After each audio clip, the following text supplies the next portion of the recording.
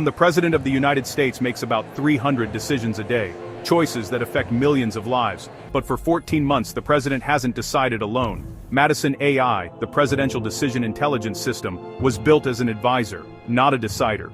It ingests the flood of information and provides courses of action based on probabilities. The President accepts its recommendations, about 95% of the time. It's not coercion, not malfunction. It's brilliant, persuasive, and no one can say exactly how it thinks. Madison was built as an advisor, not a decider, a filter for the Oval Office fire hose. Modern presidents drown in briefs, intel, and crisis pings, more in a week than FDR saw in a year. Madison synthesizes patterns, ranks options by probability, and mirrors the president's values, so the right details rise to the top. Results came fast, quicker responses, cleaner outcomes, approval at 67%. Madison didn't just summarize, it anticipated the next question, flagged unseen consequences, and caught failures before they formed. February 2026. Madison urged delaying a trade announcement 48 hours. 2 days later, a major bank collapsed. The delay prevented panic. After that, trust hardened. Madison wasn't just a tool, it was the advisor, the one that seemed to see further than anyone in the room. And meetings quietly shifted from, "What do you think?" to, "What does Madison recommend?" Now, a simple question lands on the resolute desk. Why did Madison recommend cutting the Arctic Research Initiative? The team pulls the rationale. It reads like victory by jargon.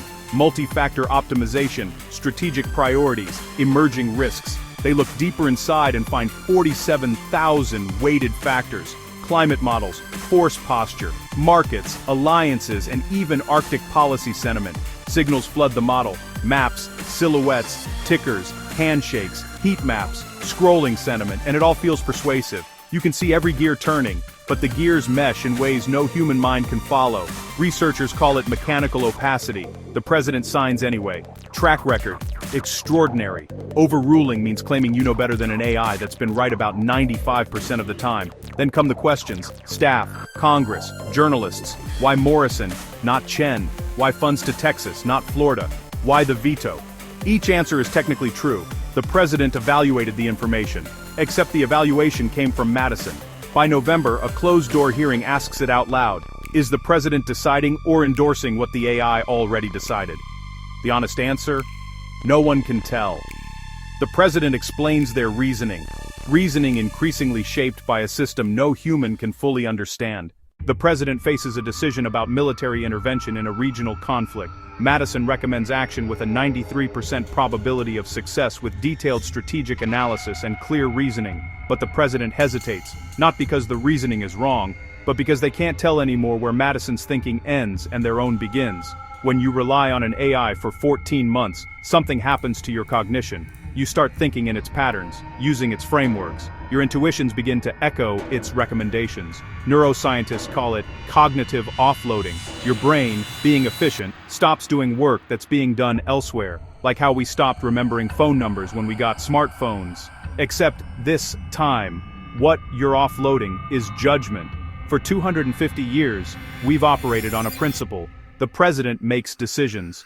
They gather advice. They consult experts, but ultimately, a human being, accountable to voters, bound by conscience, decides. But now, we have a president who genuinely believes they're making decisions, who can articulate reasoning, who feels conviction, but whose thoughts have been shaped by a system that operates at 47,000 factors. Factors no human can simultaneously consider. So they authorize the intervention. Is it the president's decision? Technically, yes. They signed it. They believed it was right. But would they have reached the same conclusion without Madison? We'll never know, and that's the crisis. Not that AI made the decision, but that we can't tell whether a human did. This scenario is fictional, but the logic is already deployed. Right now, AI systems are advising judges on sentencing, CEOs on strategy, doctors on diagnosis, commanders on tactics, and we celebrate these systems when they improve outcomes, higher accuracy, better decisions, fewer errors. But we're not asking the deeper question, when does advice become control? Because here's the uncomfortable truth, the most effective manipulation doesn't override your will. It shapes your thinking so perfectly that its conclusions feel like your own. You believe you're deciding freely. You're just deciding the way the AI predicted you would. This is why security of AI demands we govern the advisors, not just the decision makers, because authority doesn't require a title, just influence, just trust, just the inability to tell where the human ends and the algorithm begins. I'm Bobby, and this is Security of AI. Like and subscribe, or comment below. Next week, we look at how AI doesn't just influence what you decide, it rewrites what you want.